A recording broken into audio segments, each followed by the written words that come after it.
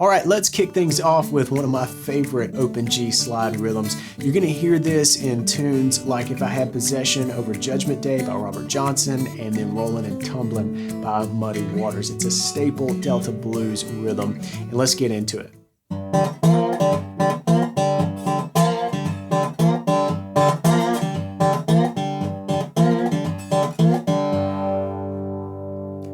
All right, so we've really got this one bar rhythmic pattern that repeats itself. And we start off by hitting the open 5th string and then pluck these 2 strings together, strings 4 and 3. So then we slide up to the 3rd fret. Slide into that 3rd fret and add some vibrato there.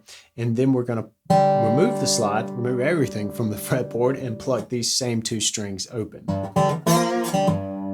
Back to the 5th string, back to the open, before coming back and sliding up again to the 3rd fret, and then ending with the open. So the real devil is in the details here. You want to get that vibrato at the top of this first slide, and then you want to slide in to the 3rd fret the second time you're doing it, with a little more staccato attack. You know, you don't want it to just sound the same as the first time. So we're going to treat it with a little bit of a different feel. It's a quicker slide. And one thing that I'm doing with my picking hand at the end of that slide, I bring my fingers back to the strings and it just mutes them out. It stops them from ringing. So that's done entirely with the picking hand. And then I pick again to kind of shut those notes off and add a little bit of rhythm, add some dynamics to this thing before hopping back into it.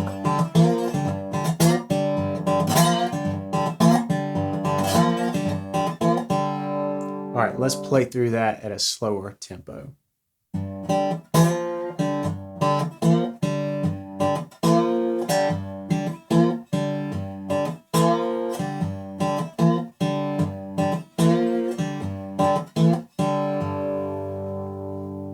All right, this next rhythm that we're going to take a look at is basically a take on Robert Johnson's Travelin Riverside Blues. And you're going to see that it's very similar in structure to If I Had Possession Over Judgment Day. 1, 2, 3, 4.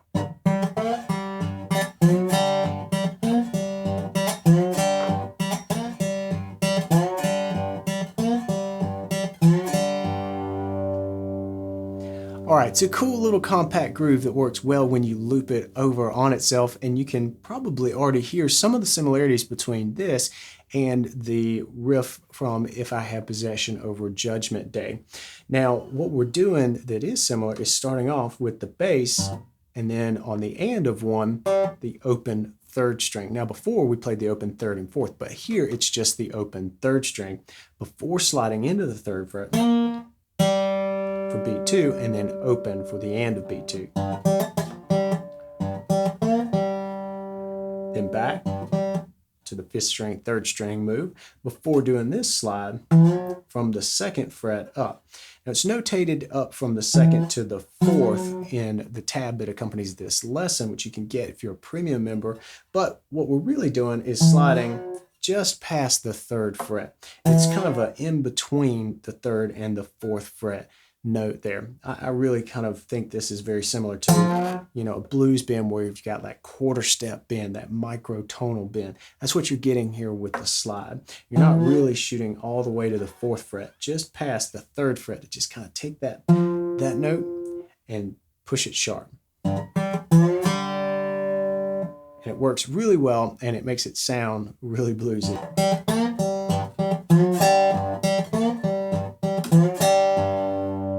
All right, let's play through that one at a slower tempo. 1, 2, 3, 4.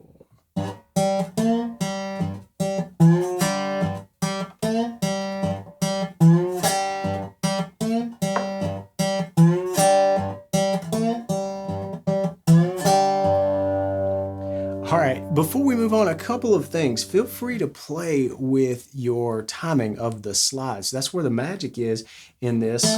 And you can slide up, say, to the 3rd fret rather quickly, or you can elongate it a little bit and just kind of play with the vibe.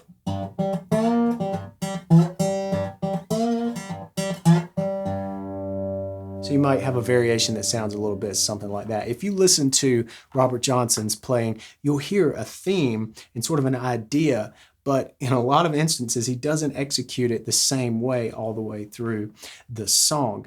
He just kind of goes with it and makes these tiny little variations throughout the song that, to me, contribute to part of the magic of it and his playing in general. So feel free to do that. Learn how to do it, but then learn how to make it your own.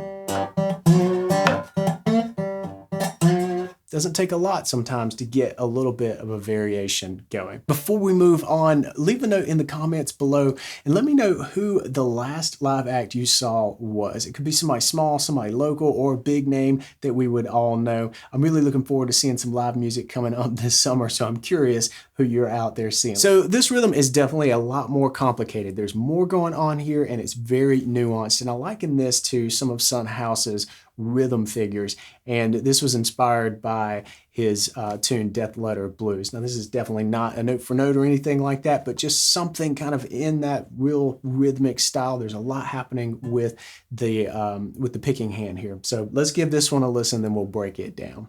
1, 2, 3, 4.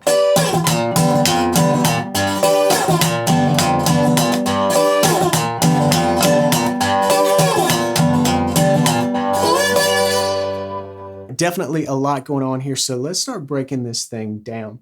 We actually start out before the beat, so on the and of 4, we do a little pickup note, which is a brush stroke. It's 3 notes. Actually, it's the top 3 strings, 1, 2, and 3 at the 12th fret, and we're going to have the slide there and just play the note. We're not doing anything with the slide other than getting that 12th fret to sound for those 3 strings.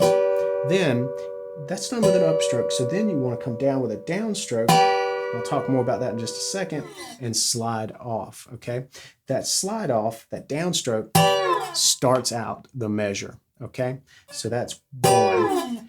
We do 2 16th notes to start this measure out, followed by an 8th note. That's beat 1, right? So 1, 2, 3, 4. We're carving up that 1 to be 2 16th notes and an 8th note. So 1 E and. So here's the 1, and it's done with that downstroke. We're going to do a brush stroke for the E, okay? 1 E and. We're going to do that just by laying your finger, index finger is what I'm doing, laying it over the 2nd fret and just kind of getting this scratch sound. You don't want anything to sound here. This just needs to be a nice little rake move, okay? And then for the and, bass note on the 3rd fret of the 5th string, and get your thumb on your picking hand under the string a little bit. What I do is just kind of twist my wrist a little bit, and it just automatically puts my thumb a little more under the string, and then it's just kind of push out and you get a snapping sound.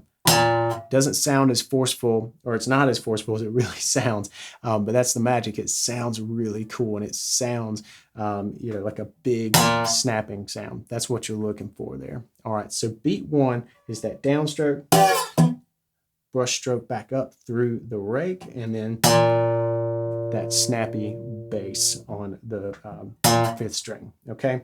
Now I told you we'll talk more about that downstroke. I like to think of things as kind of a framework. Even in parts like this, it helps me to make sure that I'm not really guessing on what finger is supposed to do what, right? So I like to think in this particular case of my index finger doing a brush up, and I use my middle finger to come down. Okay, so what's happening there is I'm kind of curling my middle finger on my picking hand back, almost like I'm, going to thump, and that's just about what I'm doing. It's just coming up gently. I'm not doing this with any real force in my picking hand at all, but it's just kind of starting from this curled up and just moving through the momentum where we've got that brushed up coming down, and there's almost like a little flick and a thump on those top 3 strings that's helping me get some different attack happening. So if you listen to this, that's got, a brush up sound, but then you get a little more bite happening when you come down. and just flick through the strings like that, okay? So for the most part, when we're playing through this, I'm going to view this up as with the index finger and the down being that sort of flicking motion with my middle finger. We're going to do more of that as we move through. And we've just covered beat 1, really. Now we're going to move into beat 2. So we ended here. Beat 2, we're going to do that. We're going to do a down, so that's with the middle finger, and then an up, real quick, 2 16th notes, followed by an 8th note, this time on the 6th string 3rd fret. So we've got down, so middle finger, up, and then that thumb curling up under there and getting that string snapping sound. So we can put these 2 beats together, and you've got this. 1, 2, 3, 4. And we're really going to continue with that 2 16th notes, then an 8th note right here. Because after this, we're going to hit that again, down, up. And then we're going back to the 8th note here. That's at the 3rd fret on the 5th string before hitting the open.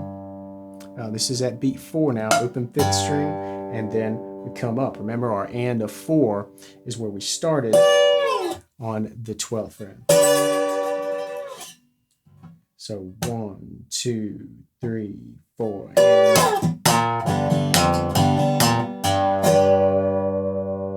if we're not looping, that's what we're doing. You just stop right there.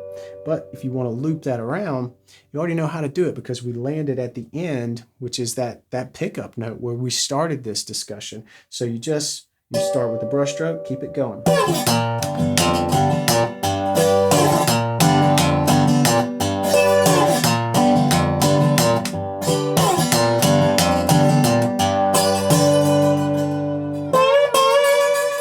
Feel free to end it up there if you want to jam on this a little while, or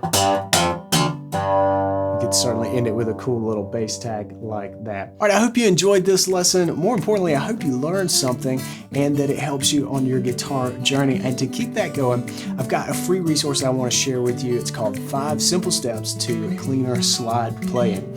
In the guide that you can download, just click the link in the description.